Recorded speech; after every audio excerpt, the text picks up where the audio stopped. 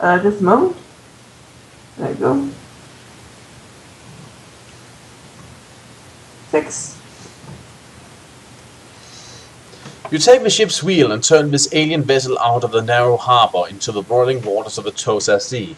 It is less than an hour past noon, and yet the winter night is already closed in. You share the icy darkness with a crew of 6 Lentian outposters, all of whom have volunteered for this perilous mission. Lancers. That's nice. We should share things more. Maybe you could share a meal too, or maybe a beer at some point. Icy darkness seems kind of a... But there's plenty of it. Lancer has ordered them to land you on the coast of Ixia and wait at anchor for 7 days for you to return. They must wait no longer.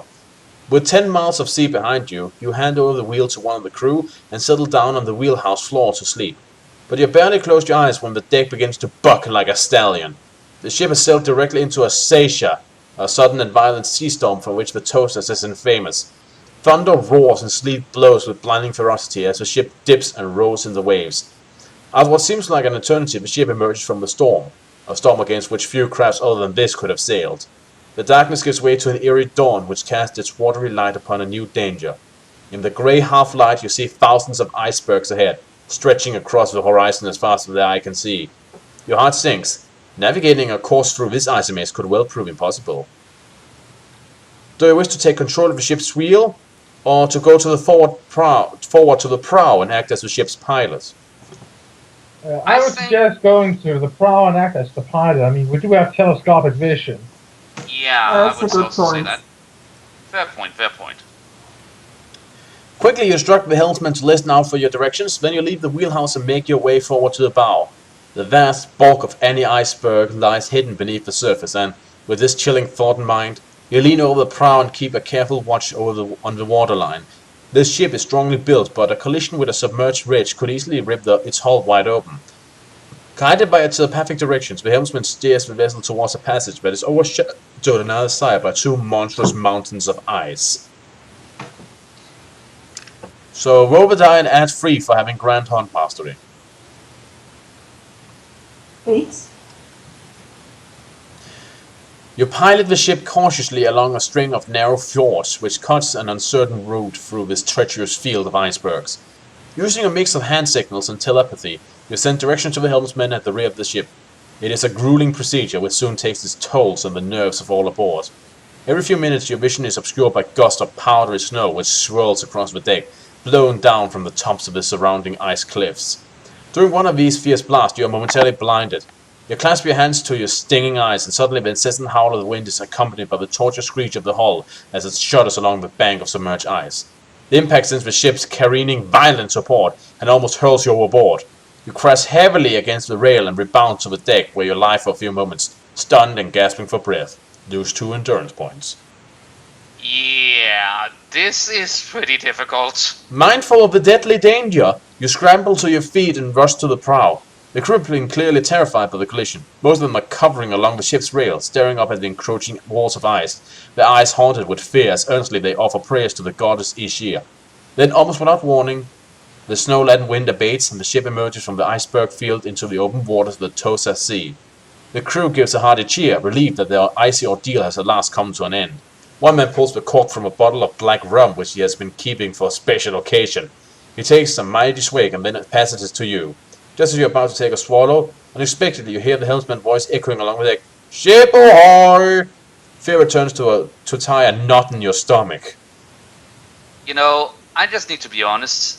As soon as it is possible, I would say that we get a fleet armed with flamethrowers and go here. Because seriously, so much ice, so much snow, so many storms. At least we can, hinder one of them. I don't think that's how storms work. No, I mean the icebergs.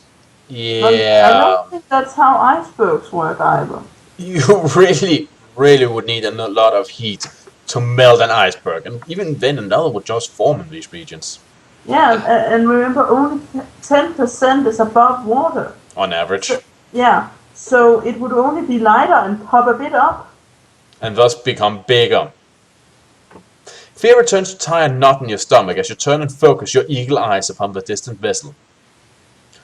Less than a mile to the north, like some nightmarish apparition surfacing from the deep, you see a broad prowed vessel of prodigious size breaking low in the stormy water. You magnify your vision and see that its main deck is completely enclosed by a canopy of overlapping green-grey timbers, affording it the appearance of some gigantic fish. 2 glassy portholes and a jagged line which stretches around its prow completes this chilling illusion. For its shape and its size, it moves towards your ship at an unnatural speed.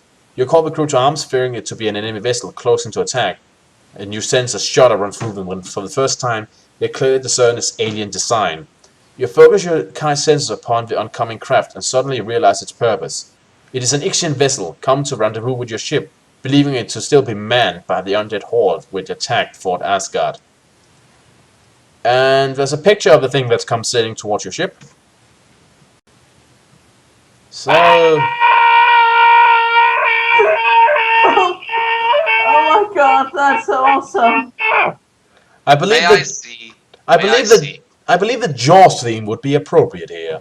I don't know, more like the Monstros theme from Pinocchio. That too. What the fuck? Jesus! But that's an awesome ship, I want one. Well, Yeah, I can sort of agree, Kevin, here, but it is just the idea of, hello, we're here to greet you. Shit! It's a giant fucking fish made of metal! in any case, Awesome! well, maybe you can take it. I mean, you're already taking one ship from the enemy. Stand firm, you shout, attempting to rally the nervous Lentians as the craft speeds ever nearer. When less than 100 yards distant, its great prow begins to creak open. It is as if you are looking into the ghastly maw of a hungry sea predator.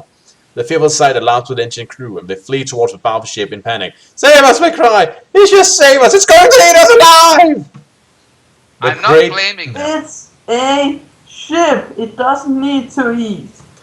The great alien vessel looms towards your ship, its jaw-like prow hinged open as if in readiness to bite you in half. Then, with stunning swiftness, your entire craft is consumed by the onrushing vessel, swallowing you up in its great jaws. You know, I sort of get flashbacks back to, Disney's Peter Pan and Hook's fear of the crocodile. I sort of feel the same here. Yeah, but just going back, imagine how big this thing must be to just swallow a ship like that. Yeah, and it's... Now I'm glad our ship is so narrow. There's a moment of deadly silence. Wasn't there a movie called that? Probably. I don't know. Then, in the morbid greenish gloom, you hear a bubbling rush of icy water echoing through the vast depths of its gullet. With fearful anticipation, you unsheath your weapon, move towards the ship's rail, and then look down.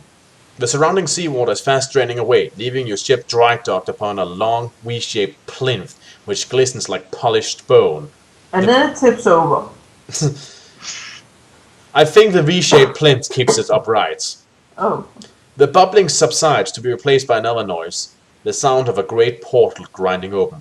Bright light streams across the deck, blazing down from an archway which is opening close to the starboard Is it bow. also formed by like a fish mouth? If you want to, I guess you can imagine it to be.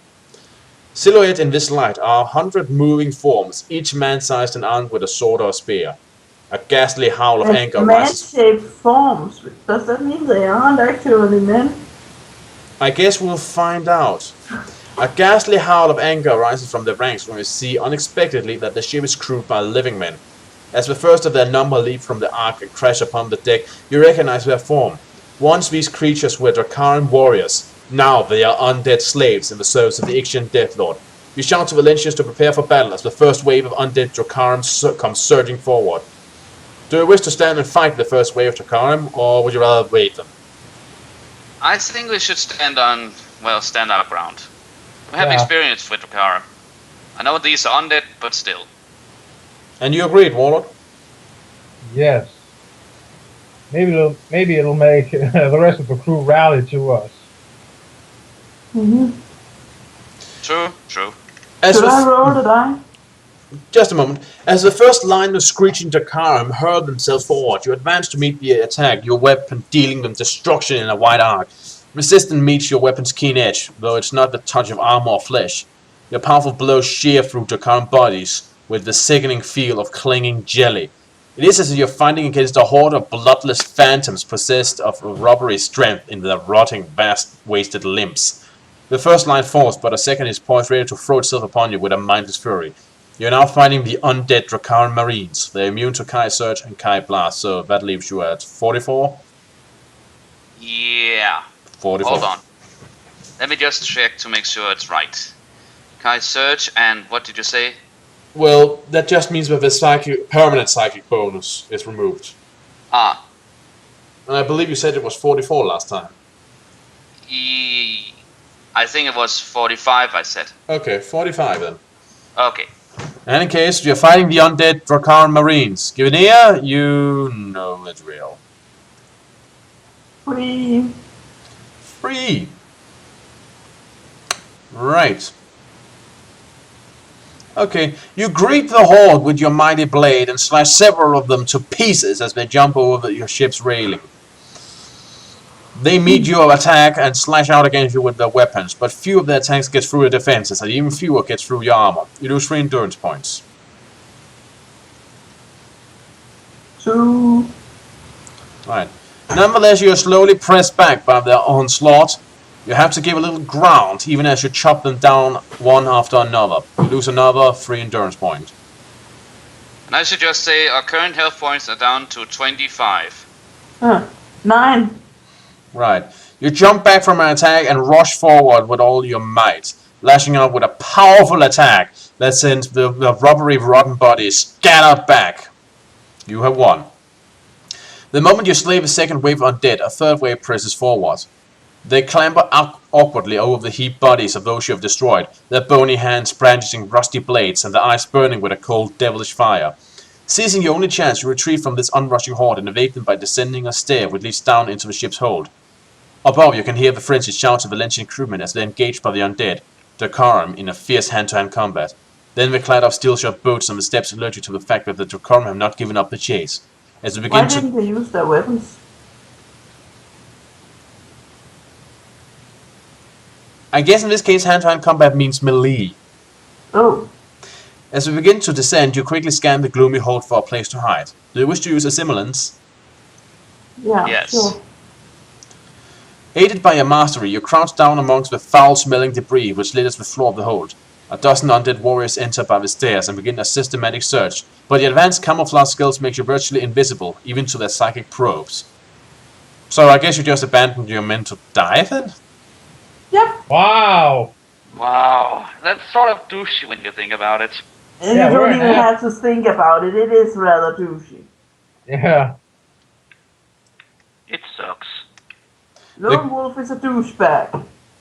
The grim-faced undead conduct a thorough search of the hold, passing many times within inches of where you are hiding, yet they fail to find you. Your Kai mastery of semblance keeps you safe from detection. As you wait patiently for them to leave the hold, you first turn to the Valentian crewmen. The sound of fighting on the deck above had long ceased, and you are fearful that the crew may have been slain by these merciless enemies. Do you think? Do you wish to follow the undead when they leave the hold, or to just stay hidden in the hold? I think we Follow should them. Yeah, I think let's we should not follow. sit around. It will just get boring. You climb the stairs cautiously and peer over the lip of this hatch in time to witness a scene that shocks you to the core. You see that the undead Drakkar warriors have slain all of the Lynchian crew and have heaped their bodies around the base of the mainmast. One of the undead... Bravo. Yep. One of the undead, clad in a filthy grey cloak embroidered with alien symbols, utters a chilling liturgy over the corpses of the slain. The chill air crackles with power and sparks of evil energy whirl around their bodies.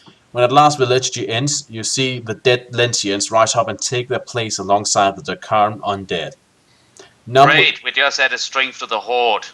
Yep. Numb with shock, you slowly retreat down the stairs and hide yourself in a corner of the ship's hold while you consider a new plan of action.